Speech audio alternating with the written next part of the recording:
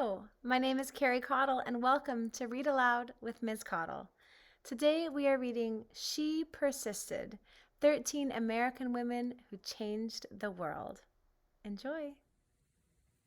She Persisted, 13 American Women Who Changed the World. Written by Chelsea Clinton, illustrated by Alexandra Boiger.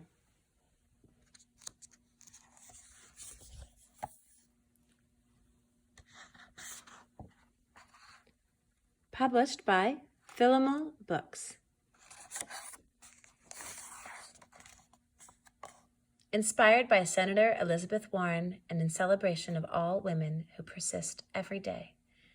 To some heroines of mine, Coretta Scott King, Sophie Skoll, and my mother, Berta Boiger.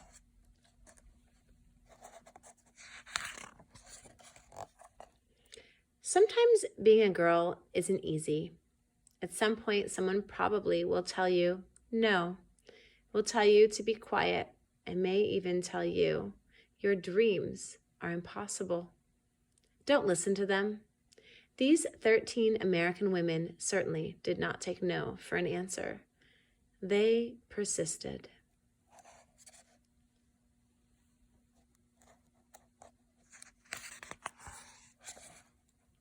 Harriet Tubman was born a slave, and her story could have ended there.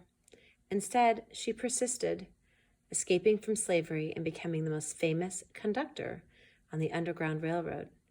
She risked her life many times to lead countless slaves to freedom, including her family, friends, and strangers. Every person she led to freedom arrived safely. I should fight for my liberty as long as my strength lasted.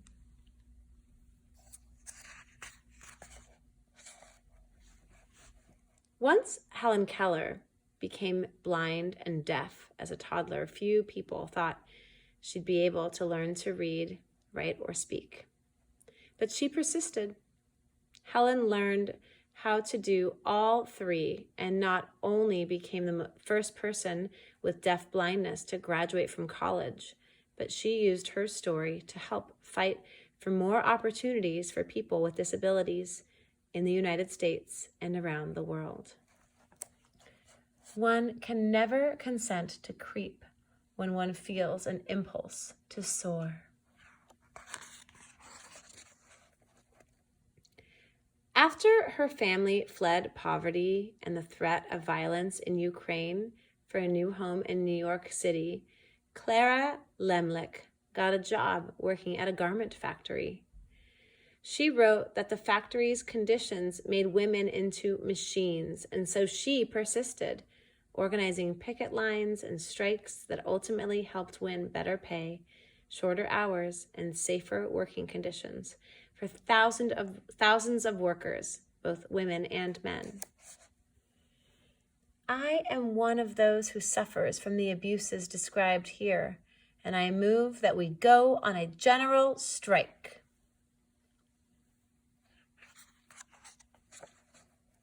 Nellie Bly became a reporter, in part because a male writer had said that working women were a monstrosity, and she wanted to prove that women could do anything. At times putting her safety at risk, she persisted throughout her career in exposing real monstrosities, pretending to be a sweatshop worker and a patient in a mental hospital to show how badly people were being treated. I have never written a word that did not come from my heart. I never shall.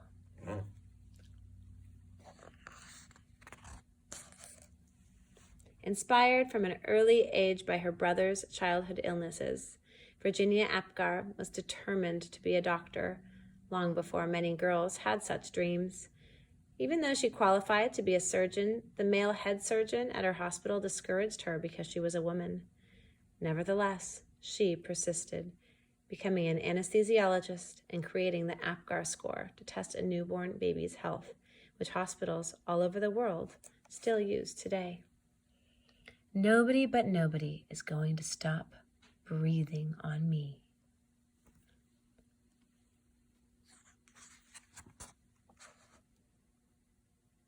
After Maria tall chief's family moved to California, partly to support Maria's dreams of becoming a dancer, she was teased by students in school for her Native American heritage, and later was encouraged to change her last name to something that sounded Russian, since many professional dancers at the time were from Russia. She persisted, ignoring all the taunting and poor advice, to become the first great American prima ballerina. It never occurred to me to say, it hurts to do that.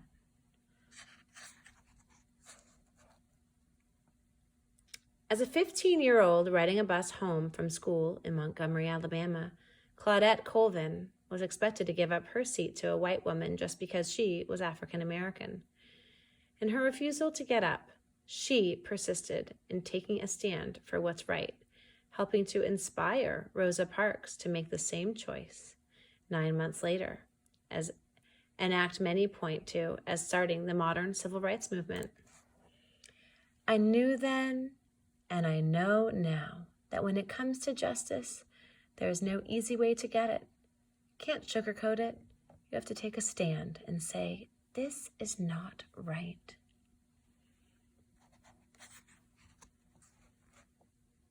When Ruby Bridges was in kindergarten, many schools across America, particularly in the South, still refused African American students their equal right to an education. Ruby wouldn't be treated like a second-class student, and she persisted, walking for weeks past angry, hateful protesters to integrate an all-white elementary school in New Orleans. That fateful walk to school began a journey, and we all must work together to continue moving forward.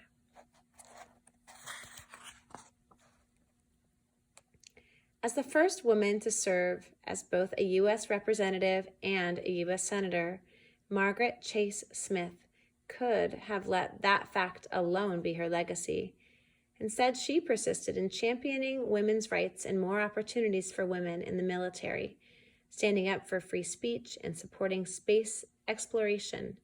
The head of NASA once noted that we wouldn't have put a man on the moon without Margaret. The right way is not always the popular and easy way. Standing for right when it is unpopular is a true test of moral character.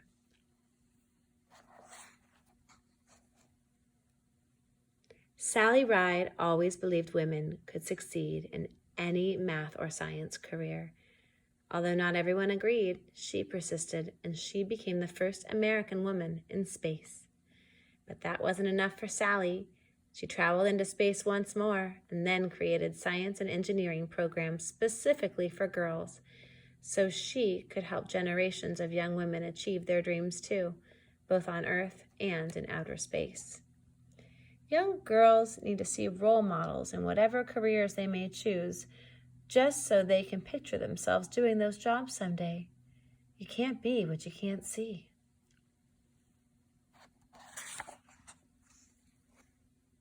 When, as a kid, Florence Griffith Joyner visited her father in the Mojave Desert, he would urge her to run faster and faster, to run as fast as a jackrabbit.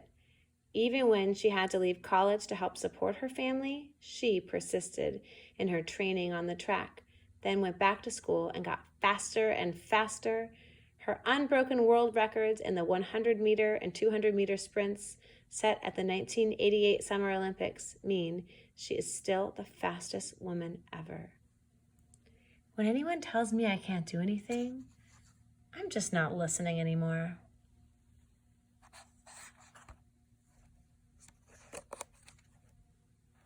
Oprah Winfrey's grandmother expected Oprah to follow in her footsteps and become a maid. Oprah knew even as a little girl that her dreams would take her somewhere else. She persisted in turning those dreams into her reality and became a media superstar, working in movies, books, magazines, theater, and most of all, television, where the Oprah Winfrey Show remains the highest-rated talk show of all time. The biggest adventure you can ever take is to live the life of your dreams.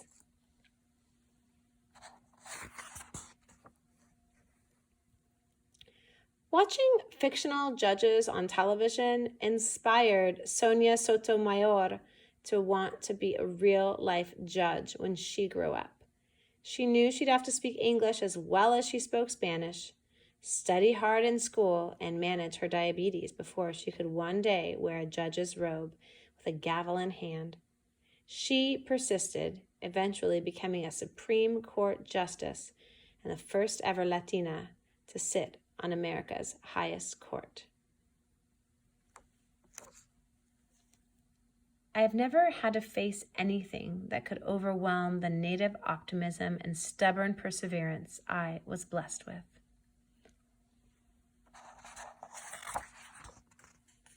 So, if anyone ever tells you no, if anyone ever says your voice isn't important or your dreams are too big, remember these women.